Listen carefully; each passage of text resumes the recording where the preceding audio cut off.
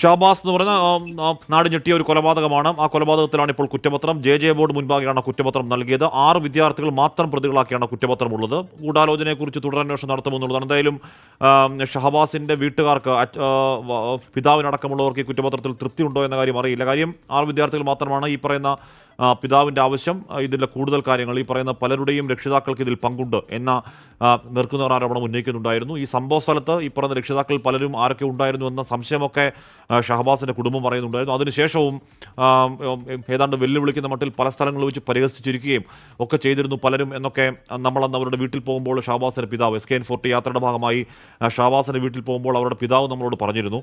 അപ്പോൾ ആ കാര്യങ്ങളൊക്കെ കുറ്റപത്രത്തിലുണ്ടോ, ആ കാര്യങ്ങളെക്കുറിച്ച് കൂടുതൽ പ്രതികൾ ഉണ്ടാവാത്തത് എന്ത് എന്നൊക്കെയുള്ള കൂടുതൽ ചോദ്യങ്ങൾ അവിടെയുണ്ട്. എന്തായാലും ഇപ്പോൾ നിലവിൽ 6 വിദ്യാർത്ഥികൾ മാത്രമാണ് പ്രതികൾ.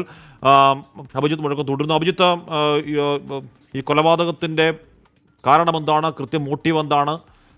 എത്രത്തോളം പ്രിപ്പറേഷൻ ഇതിനാവശ്യമായി? നമ്മൾ നേരത്തെ കണ്ടതാണ് ഇൻസ്റ്റാഗ്രാമിലൊക്കെ കുത്തിയ കാര്യവും ഇടിച്ച കാര്യവും കണ്ണ് കലക്കിയ കാര്യവും ഒക്കെ തുറന്ന് സമ്മതിക്കുന്ന കാര്യമൊക്കെ പറഞ്ഞതാണ്. എത്രത്തോളം കാര്യങ്ങൾ കുറ്റപത്രത്തിൽ ഉൾപ്പെട്ടിട്ടുണ്ട് എന്നറിയാൻ കഴിയുമോ അഭിജിത്ത്? ഹാഷ്മി, പ്രാഥമികമായി നമുക്ക് ചില വിവരങ്ങൾ മാത്രമാണ് ലഭിക്കുന്നത്. പക്ഷെ അപ്പോഴും ഇതിന്റെ കാരണം, മോട്ടീവ് ഉൾപ്പെടെയുള്ള കാര്യങ്ങൾ കുറ്റപത്രത്തിന്റെ ഭാഗമായി ചേർത്തിട്ടുണ്ട്. ഇതിനിപ്പോൾ നിസാരമായ ഒരു തർക്കമാണ് ഈ കൊലപാതകത്തിലേക്ക് നയിച്ചത് എന്നുള്ളതാണ് ഏറ്റവും പ്രധാനപ്പെട്ട കാര്യം. ട്യൂഷൻ സെന്ററിൽ ഈ ഒരു ചെറിയൊരു പ്രശ്നം ഉണ്ടാകുന്നു. അത് അവിടെയുള്ള ഈ സെന്റ് ഓഫുമായി ബന്ധപ്പെട്ടാണ് ഈ ചെറിയ പ്രശ്നം ഉടലെടുക്കുന്നത്. അതിന് പിന്നാലെ 2 സ്കൂളുകളിലെ വിദ്യാർത്ഥികൾ ഇരുവിഭാഗങ്ങളായി മാറുന്നു. ഈ ഇരുവിഭാഗങ്ങൾ തമ്മിൽ ചെറിയൊരു വാക്കേറ്റം ഈ ട്യൂഷൻ സെന്ററിൽ വെച്ചുണ്ടാകുന്നു. അത് പിന്നീട് അവിടെയുള്ള അധ്യാപകർ ഇടപെട്ട് പരിഹരിച്ചുവെങ്കിലും അത് വലിയൊരു വൈരാഗ്യത്തിലേക്ക്, പകയിലേക്കൊക്കെ മാറുന്നു. അങ്ങനെയാണ് ഈ വിദ്യാർത്ഥികൾ ഇൻസ്റ്റഗ്രാമിലും വാട്സപ്പിലും ഗ്രൂപ്പുകൾ ഉണ്ടാക്കി പരസ്പരം ആക്രമിക്കണം എന്നുള്ളൊരു ആഹ്വാനം നടത്തുന്നത്. ഇതൊക്കെ പോലീസിന് തെളിവുകൾ ലഭിച്ചതാണ്. നമ്മൾ ഉൾപ്പെടെ ഇതിന്റെ ഓഡിയോ സന്ദേശങ്ങളും പങ്കുവെച്ചതാണ്. അതിൽ കൃത്യമായി ഈ ആക്രമിക്കണം എന്നുള്ള കാര്യം പറയുന്നുണ്ട്. കൂടാതെ ഷഹബാസിനെ ആക്രമിച്ചതിന് ശേഷം വിദ്യാർത്ഥികൾ നടത്തുന്ന സംഭാഷണങ്ങൾ കൂടി പുറത്തു വന്നതാണ്. അതിൽ ഒരു പക്ഷേ കൃത്യമായി അവർ കൊലപ്പെടുത്തണം എന്നുദ്ദേശിച്ച് തന്നെ നടത്തിയ ആക്രമണമാണ് എന്ന് സ്ഥിരീകരിക്കുന്ന തരത്തിലുള്ള ഓഡിയോ സന്ദേശങ്ങൾ കൂടി ഉണ്ടായിരുന്നു. അതിൽ നിന്ന് ഒരു കാര്യം വ്യക്തമാണ്: കൃത്യമായ ആസൂത്രണത്തോടു കൂടിയാണ് ഈ ഒരു ആക്രമണം ഷഹബാസിന് നേരെ നടന്നത്. ആ ആക്രമണത്തിലാണ്, അതായത് ആയുധങ്ങൾ ഉൾപ്പെടെ ഈ വിദ്യാർത്ഥികളുടെ കൈവശം ഉണ്ടായിരുന്നു എന്നുള്ളതാണ് ഏറ്റവും ഞെട്ടിപ്പിക്കുന്ന കാര്യം. അതിൽ തന്നെ ഹാഷ്മി സൂചിപ്പിച്ചതുപോലെ ഇതിലിനി ഉയരുന്ന ചോദ്യങ്ങൾ പലതാണ്. ഇതിൽ നഞ്ചക്കുൾപ്പെടെയുള്ള ആയുധങ്ങൾ എങ്ങനെയാണ് ഒരു 10ാം ക്ലാസ് വിദ്യാർത്ഥികളുടെ കൈവശം എത്തുക എന്നുള്ള ചോദ്യം അവിടെ നിലനിൽക്കുന്നുണ്ട്. നേരത്തെ തന്നെ ഈ വിദ്യാർത്ഥികൾ ചിലരുടെ പിതാക്കളുമായി ബന്ധപ്പെട്ട്, അതായത് പ്രതിയായ കുറ്റാരോപിതരായ വിദ്യാർത്ഥികളുടെ പിതാവുമായി ബന്ധപ്പെട്ടൊക്കെ ആരോപണം ഉയർന്നതാണ്. അവർക്ക് ഈ കൊട്ടേഷൻ സംഘവുമായി ബന്ധമുണ്ട് തുടങ്ങിയ ആരോപണങ്ങൾ നേരത്തെ തന്നെ ഉയർന്നതാണ്. പിതാവ് അക്കാര്യം ഉന്നയിച്ചതാണ്.